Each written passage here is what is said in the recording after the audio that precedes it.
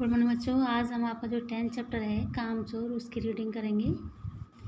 ये एक जो कहानी है एक समृद्ध परिवार की कहानी है। इसमें दिखाया गया है कि किस तरह से एक समृद्ध परिवार के जो बच्चे होते हैं किस तरह से बिगड़ैल होते हैं, वो अपना काम खुद नहीं कर सकते, दूसरों के भरोसे रहते हैं। और इसमें एक तरह का बचपना दिखाया है कि बच्चों को किस तरह से अपने जीवन में रहना चाहिए और दिनचर्या किस तरह से रखनी चाहिए। तो लेखक ये सुझाव देना चाह रहा है। यहाँ पर ये रीडिंग करते हैं।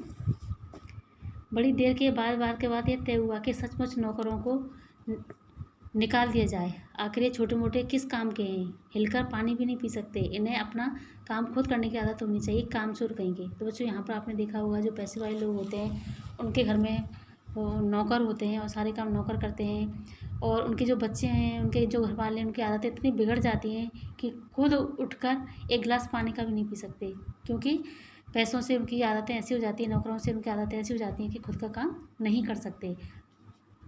इसमें ये भी होता है कि कभी कभार जीवन में ऐसी भी परिस्थिति आ जाती हैं कि जब इंसानों को अकेला रहना पड़ता है, तो ऐसी आदतें उस टाइम बहुत ही खतरनाक होती हैं। वो अपना काम कुछ भी नहीं कर सकते। तुम लोग कुछ नहीं, इतने सारे हो और सारा दिन ऊधम मचाने के सिवा कुछ नहीं करते। और सचमुच में हमें ख्याल आया कि हम आखिर काम क्यों नहीं करते। हिलकर पानी पीने में अपना क्या खर्चा होता है, इसलिए हमने तुरंत हिल हिलाकर पानी पीना शुरू किया। हिलने में धक्के भी लग जाते हैं और हम किसी के दबेल तो थे नहीं कि कोई धक्का दे तो सह जाए। लीजिए, पानी के मटकों के पास ही घमासान युद्ध शुरू हो गया। सुराहियाँ उधर लुढ़की, मटके इधर गए, कपड़े भीगे सो अलग। यह भला काम करेंगी? अम्मा ने निश्चय किया। करेंगे, कैसे नहीं करेंगे। देखो जी, जो काम नहीं करेगा उसे रात को खाना हरगिज़ नहीं मिलेगा, समझो। ये लीजिए, बिल्कुल शाही फरमान जारी हो रहा है।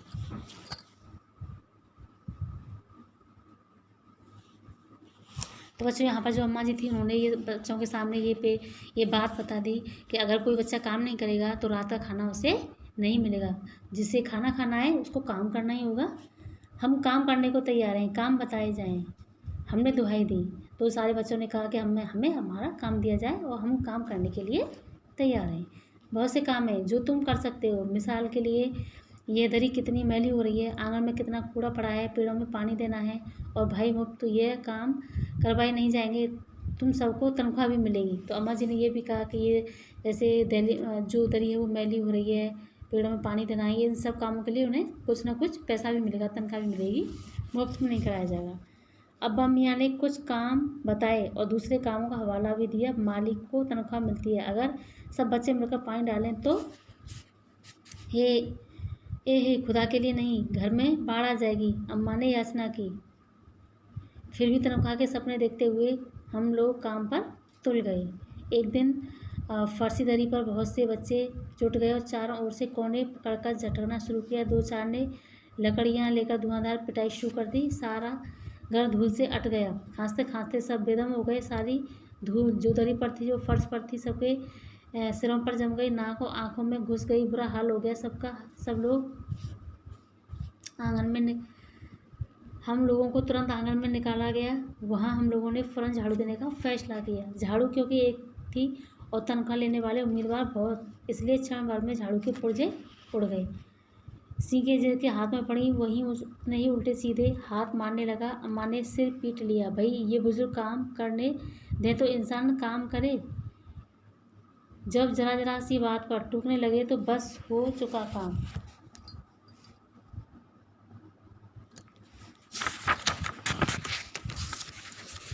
अम्मा में झाड़ू देने से पहले जरा सा पानी छिड़क लेना चाहिए। बस यह ख्याल आते ही तुरंत ही दरी पर पानी छिड़का गया।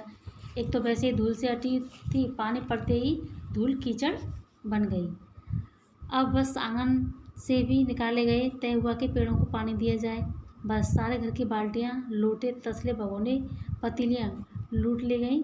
जिन्हें ये चीज़ न मिली वे डोंगे, कटोरे, गिलास भी ले भागे। अब सब लोग नल पर टूट पड़े। वहाँ भी घमासान मची कि क्या मजा जो एक बूंद पानी भी किसी के बर्तन में आ सके। ठूसम ठास, किसी की बाल्टी पर पतीला, पतीले पर लोटा, भगोने और डोंगे। पहले तो धक्का मुक्की चली, फिर कोहनियाँ और उसके बाद बर्तन। फौरन बड़े भैया, बहनों, मामू और दमदार मौसियों, फूफियों की कुमस भेज गई। फौज मैदान में हथियार फेंक कर पीठ दिखा गई। इस धींगा मुश्ती में कुछ बच्चे कीचड़ में की जो कीचड़ थी उसमें लथपथ हो गए। धींगा मुश्ती कहते हैं बच्चों जहाँ पर ज़बरदस्ती धक्का मुक्की हो।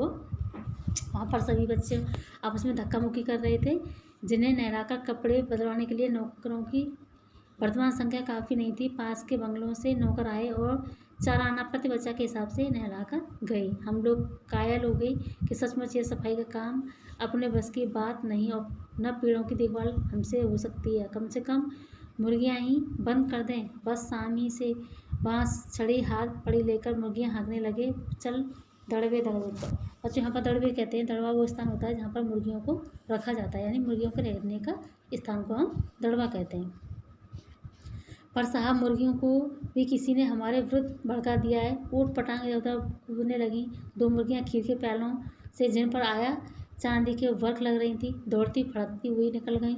तूफान गुजरने के बाद पता चला कि जो प्याले खाली हैं सारी खीर दीदी के कामदानी के दुपट्टे और ताजे धुले सिर पर लगी हुई है। एक बड़ा सा मुर्गा अम्मा के खुले हुए पादान में कूद पड़ा और कत्थे चूने में लथड़े हुए मज़े लेकर नानी अम्मा की सफ़ेद दूध जैसी चादर पर छापे मारता हुआ निकल गया।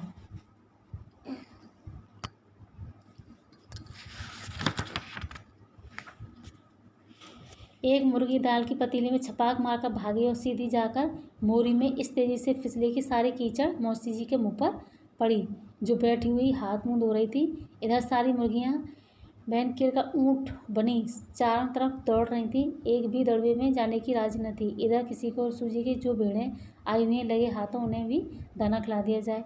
दिन भर की भूखी भेड़ें दाने का सूप देखकर जो सबके सब झपटी तो भाग कर जाना कठिन हो गया। लष्टम पष्टम तख्तों पर चढ़ गईं, पर भेड़ चाल मशहूर है। उनकी नज़र तो बस दाने के सूप पर जमी हुई थी। पलंगों फलांगती हुई बर्तन उड़काती हुई साथ साथ चढ़ गईं। तख्त पर यानी दीदी का दुपट्टा फैला हुआ था, जिस पर गोखरी चंपा सलमा सितारे रखकर बड़ी दीदी मुगलानी बुआ को कुछ बता रही थी। भेड़ें बहुत निसंकोच सबको रोंगती हुई मैंगनों का छिड़काव करती हुई दौड़ गईं। जब तूफान गुजर चुका तो ऐसा लग रहा था कि जर्मनी की सेना टैंकों और बमबारों सहित उधर से छापा मारकर गुजर गई हो। जहाँ जहाँ से सूप गुजरा भेड़ें शिकारी कुत्तों की तरह गन सूंघती हुई हमला करती गईं। हज्जर माँ एक पलंग पर दुपट्टे से मुंह ढाके सो रही थी। उन पर से जो भेड़ें दौड़ी न जाने वह सपने में किन महलों की सैर कर रही थी। दुपट्टे में उलझी हुई मारो मारो चीखने लगी। इतने में भेड़ें सूप को भूलकर तरकारी वाले की टोकरी में कूद पड़ी। वह दालान में बैठी मटर की फलियां तोल तोल कर रसोइयों को दे रही थी। वह अपनी तरकारी का बचाव करने के लिए सीना तान कर उठ गई। आपने कभी भेड़ों को मारा होगा तो अच्छी तरह देखा होगा कि बस ऐसा लगता है कि जैसे रुई के तकिए को कूट रहे हों।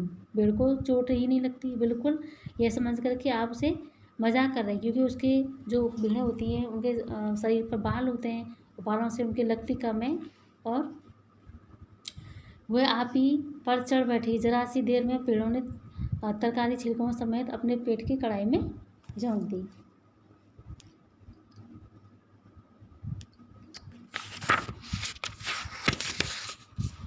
इधर प्रलय मची थी, उधर दूसरे बच्चों की लापरवाही नहीं थी। इतनी बड़ी एक फौज थी जिसे रात का खाना न मिलने की धमकी मिल चुकी थी। वे 4 भैंसों का दूध धोने पर जुट गए।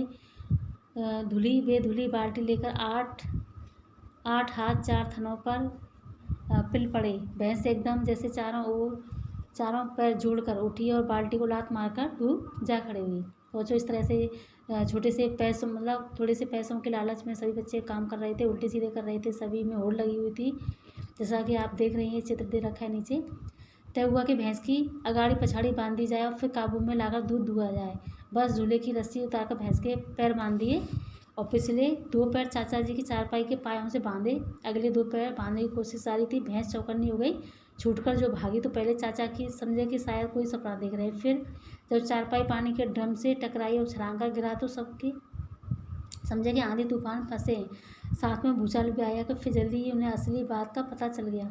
वो पलंग की दोनों पटियां पकड़े बच्चों को छोड़ देने वालों को बुरा भला सुनाने लगे।